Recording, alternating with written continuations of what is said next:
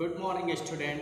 आज हम लोग पढ़ेंगे प्लेटीहेल्मिन्थेस के बारे में। ठीक है कि प्लेटीहेल्मिन्थेस क्या है।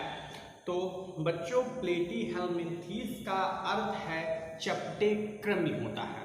ठीक है, इसका अर्थ क्या होता है? इसका अर्थ होता है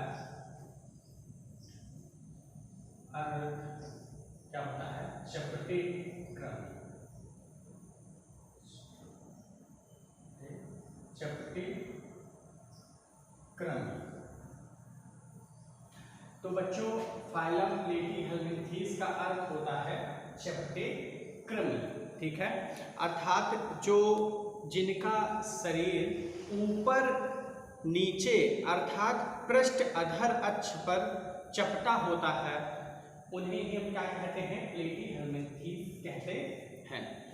तो ये इनकी क्वालिटी है कि ये कैसे होते हैं? चपटे कृमि होते हैं। इनका शरीर जो है ऊपर नीचे अर्थात पृष्ठ अधर अक्ष पर क्या होता है? चपटा हुआ होता है।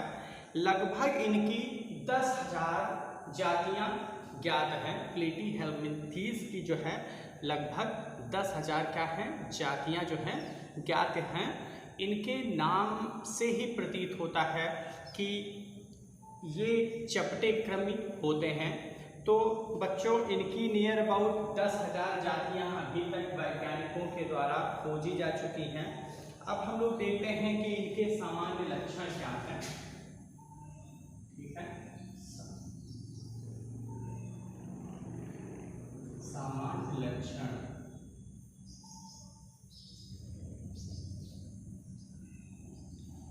इनके सामान्य लक्षण क्या हैं? तो सर्वप्रथम इस संघ के जंतु प्रमुखता परजीवी होते हैं। ठीक है, इस संघ के जंतु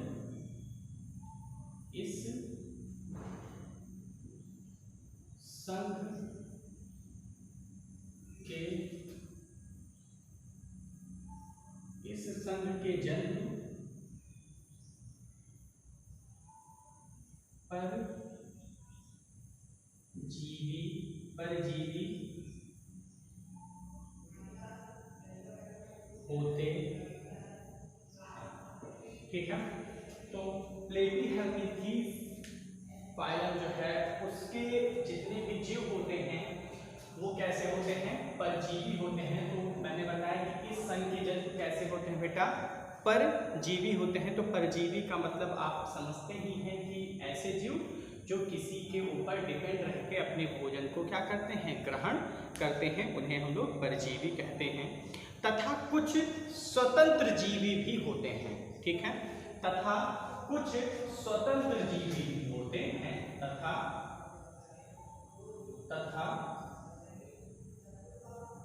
कुछ स्वतंत्र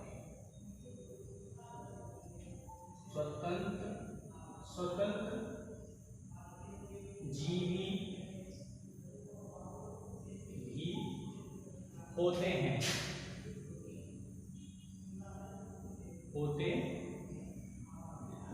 तो इस संघ के जीव जो है परजीवी होते हैं तथा कुछ जो है स्वतंत्र जीवी भी होते हैं। ठीक बेटा, तो कुछ जीव ऐसे भी होते हैं जो इनमें क्या है? स्वतंत्र जीवी होते हैं। अब इन जंतुओं में अंग कोटि का संगठन पाया जाता है। इन जंतुओं में कैसा पाया जाता है?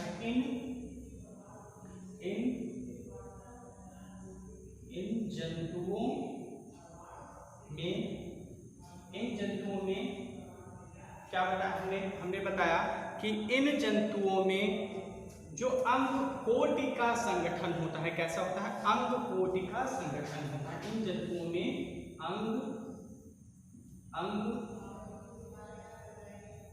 कोटि का संगठन होता है। ठीक है, तो इन जंतुओं में अंग कोटि का संगठन होता है। पहला पॉइंट था। दूसरा, इन जंतुओं में अंग कोटि का क्या होता है बेटा? संगठन होता है। और ये जंतु पृष्ठ अधर तल पर चपटे होते हैं। और दूसरा पॉइंट तीसरा है, ये जंतु पृष्ठ, अधर, तल से चपटे होते हैं,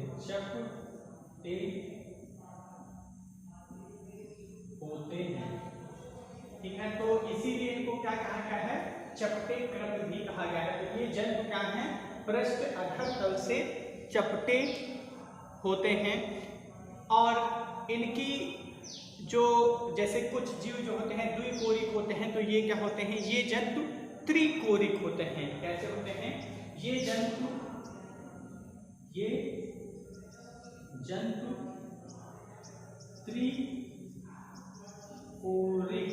त्रिकोरिक होते हैं, ठीक है।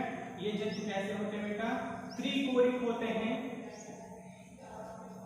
पहला, इस संघ के जंतु कैसे होते हैं, परजीवी होते हैं तथा कुछ स्वतंत्र जीव भी होते हैं। नेक्स्ट हमने बताया इन जंतुओं में अंगकोटि का संगठन होता है। तीसरा बताया ये जंतु पृष्ठ, अधर, तल से क्या होते हैं, चपटे हुए होते हैं। और चौथा हमने बताया कि ये जंतु जो होते हैं त्रिकोरिक होते हैं। और नेक्स्ट जो पॉइंट है, इन जंतुओं में श्वसन और परिसंचरण तंत्रों का क्या होता है, अभाव होता है, ठीक है। इन जंतुओं में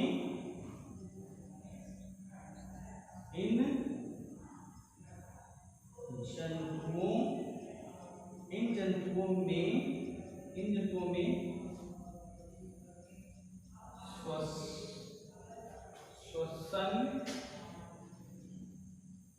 एवं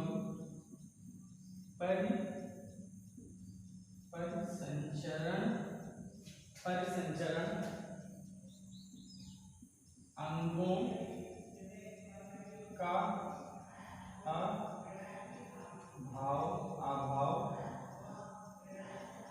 होता है। तो इन जंतुओं में जो है श्वसन एवं परिसंचरण तंत्रों का क्या होता है, अभाव होता है। तथा नेक्स्ट जो पॉइंट है, तथा इनमें क्या है, इनमें तंत्रिका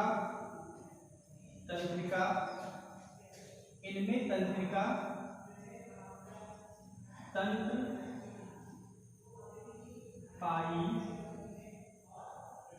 जाती है, ठीक है। तो ओवरऑल हम लोगों ने इनमें 6 पॉइंट पढ़े।